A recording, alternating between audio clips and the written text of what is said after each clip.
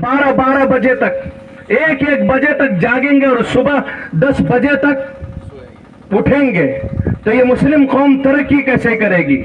रात में मोबाइलों के अंदर अपना वक्त गंवाएंगे और ये मुस्लिम कौम कैसे अपना यूनिवर्सिटी कायम करेंगे, कैसे अपना ग्रेजुएट होंगे, ये कैसे वकील होंगे, कैसे पायलट होंगे? 10 बजे उठेंगे और ब्रश करेंगे उठ करके, तो ये नहीं हो सकता है। इसलिए सुस्ती को खत्म करिए, रात में जल्दी सोचिए, गलत जगहों पर गलत चीजों में अपना समय खराब ना कीजिए, अपना जलसा भी कीजिए वक्त पर कीजिए, उसे वक्त पर खत्म करने की कोशिश कीजिए। और जबरदस्ती का मामला क्या है? और मेरे अजीजों, ये रब ने कहा कि अगर तुम सुस्ती को खत्म करना चाहते हो तो मुस्लिम कौम को चाहिए कि मुसलमानों को जिस तरीके से जुमा में भीड़ होती है, इसी तरीके से फजर की नमाज में भीड़ लगा दो। 5 वक्त की नमाज को शुरू कर दो, सुस्ती खत्म हो जाएगी। दूसरी चीज, जबरदस्ती जो आज उम्मत के अंदर फैल चुकी है, वो जबरदस्ती मेरे अजीजों, मेरे नौजवानों, आप बखूबी वाकिफ जानते हैं कि वो जबरदस्ती क्या है, मस्ती भी क्या है। सबसे दूसरी चीज आता है वो मस्ती। आज जहां पर हमें खर्च नहीं करना चाहिए, लाखों करोड़ों का वहां पर खर्च कर रहे हैं, गलत चीजों में लाखों करोड़ खर्च कर रहे हैं, जिसमें रब नाराज, रब का रसूल नाराज। हमारी शादी ब्याह सही नहीं, हमारे कोई भी प्रोग्राम जिसमें गाना ना हो, ऐसे हो ही नहीं सकता। मैं तो कहता हूं कि सुन्नत समझते हैं गाना बजाने को।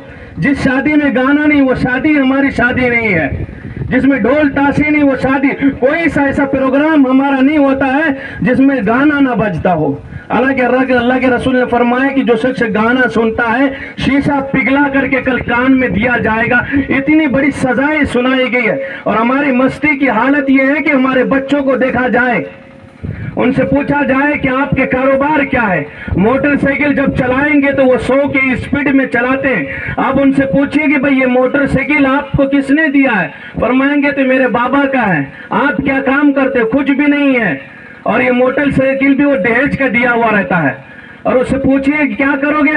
अरे अब्बू तो कमाते हैं, उसमें ही काम कर लेंगे। घर में कितने कमाने वाले? 1 कमाने वाला और 10 बैठ करके खाता है। तो कैसा कौम कैसा तरक्की करेगा? ये हमारे असलाफ की जिंदगी नहीं है।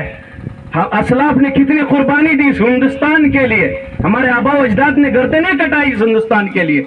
आज हमारी हरकतों की वजह से हमें जीने का मौका नहीं मिल रहा है, हमें खुलेआम बोलने का मौका नहीं मिल रहा। इसलिए हमें चाहे कि मुत्तहिद हो जाए, हिंदू मुस्लिम सिख ईसाई सभी मुत्तहिद हो जाए। ये लड़ाने वाले कुछ और होते हैं, पब्लिक उसका मोहरा बनती है। मेरे अजीजों, एक भाई दूसरे भाई का क्या जरूरत है? तुम अपना कमा रहे हो, मैं अपना कमा रहा हूं, मैं खुद खा रहा हूं। इसलिए हमें अपनी अकल को सोचनी चाहिए। जो असली है, जो अच्छा है, इंसाफ पसंद है, उसे चुनिए और उसे लाने की कोशिश कीजिए, उसे अपना लीडर मानिए। इसलिए मेरे अजीजों, तीसरी चीज जबरदस्ती है। वो जबरदस्ती की अलामत यह है, मजबूरी का फायदा उठाता है मुसलमान। क्या उठाता है? आपको मालूम है कि एक की ब्याह शादी होने वाली है, आपको मालूम है कि ये जमीन बेचेगा, यकीनन मालूम है आपको, ये मजबूरन पे आकर के अपनी बेटी की शादी के लिए जमीन बेचेगा। गरीब है बेचारा, मजलूम है। जहां पर 10 लाख रेट है, आप वहां पर उसकी 5 लाख लगाएंगे, उसे मजबूर कर देंगे। आपको तो बेचना ही पड़ेगा, सारे मिलकर के उसे मजबूर कर देंगे मेरे अजीजों। और अल्लाह के रसूल का फरमान है, एक सहाबी आया घोड़ा खरीदने के लिए, बहुत मुख्तसर अल्फाज में बोल रहा हूं। उसने उसका रेट लगाया तो उसने कहा कि 500 दिरहम में बेच रहा हूं। उसने चला करके देखा कि 500 दिरहम नहीं, 600 दिरहम है इसकी रकम। फिर चला करके देखा 600 नहीं 700, 3 बार ऐसे ही किया। तो उसने सहाबी ने पूछा कि मेरी भी ये मजबूरी थी कि मुझे मेरे बेटी की शादी करनी थी, इसलिए मैंने 500 दिरहम लगाया था, लेकिन आपकी मजबूरी क्या है कि आपने इसे 800 दिरहम दिया। इसलिए कहा, उसने कहा कि इसका यकीन इस घोड़े की कीमत 800 दिरहम है, वो इसलिए कि मेरा रसूल ने फरमाया कि जो शख्स अपने मुसलमानों का, अपने लोगों का मजबूरी का फायदा उठाएगा वो जालिमों में होगा, वो उस पर लानत भेजी जाएगी, वो मुसलमानों में नहीं होगा। इसलिए मैंने मेरे रसूल की बात को सामने रख करके जो आपकी घोड़े की कीमत है, हमने उस कीमत को लगाया है ताकि मेरे रसूल की सदाकत تا قیامت تک قائم رہے. جو اٹھے تو آسمان کو بلندیاں مل جائے, جو بیٹھے تو دھرتی کو سکون مل جائے, جس کی لباس کی ادائیگی قرآنی آیت بن جائے, جو چادر اوڑھ کر آئے تو قرآن پکار اٹھے یا ایھا المدثر, جس کی کملی اوڑھ کر آئے تو قرآن پکار اٹھے یا ایھا المزمل,